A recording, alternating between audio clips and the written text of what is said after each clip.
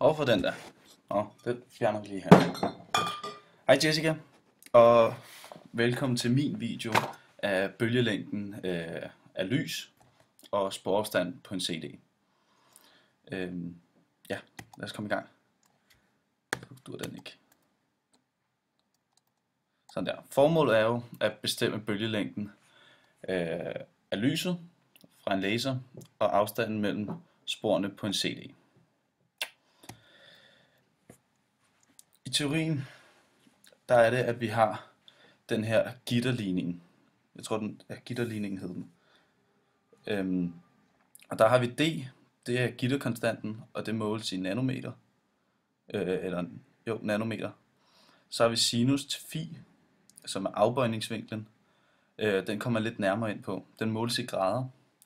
Så har jeg N, det var orden. Det er hvilken orden der kommer i. Det kommer også til at forklare lige her om lidt. Det er nemmere at forklare, hvis det er, jeg viser det. Og så har jeg lambda, som er bølgelængden, som også måles i nanometer. Afbøjningsvinklen. Afbøjningsvinklen, det er den vinkel, der er mellem de forskellige ordener. Som vi kan se her på billedet, der er det, at vi har 0. orden her. Og så har vi første orden her og anden orden her, og der er så noget tredje orden her. Det er et billede, jeg har fundet på nettet, men vi havde ikke tredje orden med. Vi havde kun 5 prikker. Men afbøjningsvinklen er så den vinkel, der er mellem første orden her og 0. orden, og det kan være den, der er mellem anden orden og første orden. Eller fra anden orden til 0. orden. Det kommer an på, hvilken orden det er, vi tager. Gitterkonstanten. På de der optiske gitter, der er en masse parallelle ridser, som bliver til, det bliver til en masse sådan spalter, altså på selve det der optiske gitter, der er der en masse ridser, og alle de ridser, de ligger alle sammen parallelt med hinanden og med samme afstand med hinanden. Og på de små ridser der er afstanden mellem dem, de kaldes gitterkonstanten. Og på det optiske gitter vi havde, der hed den 600 mm, eller 600 antal linjer per millimeter. Yes. Så skal vi skrive om på formlerne. På formlen, altså gitterformlen, som hed D gange sinus til phi lige med n gange lambda.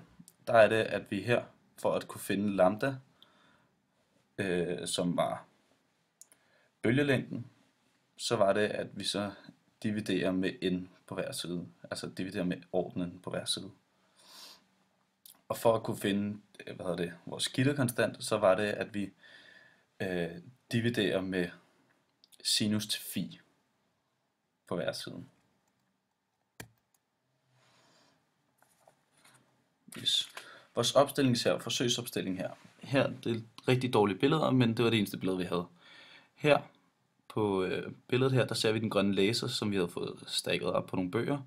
Og så her, der er det optiske gitter, og det rammer ind og rammer den lyse, eller den hvide væg. Og der kan man kan meget se, der er 1, 2, 3, men der er også en herover, og der er også en her. Der er 5 i alt. Herpå, der kan man nærmere se laseren, der rammer på det optiske gitter, og så rammer ud. Når der er laserlys, rammer det optiske gitter, rammer der alle de der ridser der, og så er det så spreder sig ud, og så, men laserlyset går stadig kun en lige vej, og det gør den så hele tiden. Så her, der rammer den så nogle forskellige ridser der, og så deler sig ud i 5. Vi kan se her, det er nemmere at se her. Her, det er så ikke vores forsøg præcis, men der er laserlyset, det går ind og rammer gitteret, og så er det så spreder sig ud til forskellige ordner. Ordner, jeg ved ikke, hvad det hedder. Ja, og det er jo sådan set lige det. Ved vores beregninger, hvis den lige gider sådan her, der skulle vi beregne nogle forskellige ting. Og der havde vi først med vores, det her det er så delforsøg 1, hvor vi havde det med laserlysets bølgelængde. Der kan man så se her, hvilke svar vi havde fået her. Men det hele kunne ikke stå der. den her afstand fra gitter til væg, det har vi selv målt med et lineal, eller hvad det var, vi brugte. Og det samme med den her. Og ordenen, det er for hvilken prik det var, vi brugte. Vi brugte en for første orden. Så har vi så, og så tager den her først phi, og det afbøjningsvinklen. Og den har vi så her, hvor det var, at vi havde taget tangens til minus 1, lige med, og det tangens til minus 1, og så havde vi så divideret med hinanden og fået 19,6 grader. Så det er så afbøjningsvinklen, der var mellem her, første orden og 0. orden.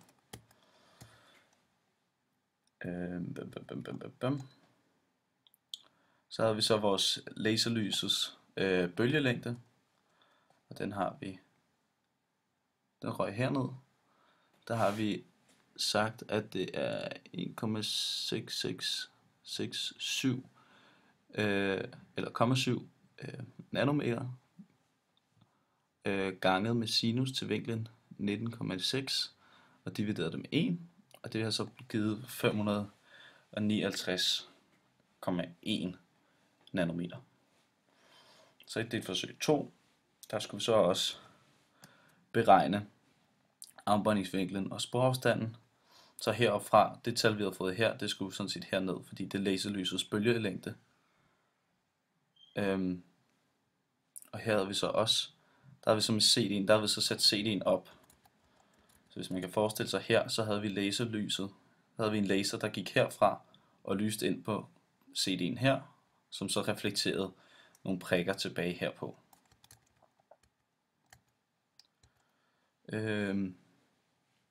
Og der havde vi så fået afbøjningsvinklen til, hvor vi havde taget tangens til minus 1, og så divideret 53,4 til 138,6, og det blev så 21,8 grader. Og så vores gitterkonstant har vi så sagt 559,1 nanometer gange med 1, divideret med sinus til vinklen 21,1, og det har så givet 1553,1 nanometer. Hvis det var, at vi skulle sammenligne de her med den,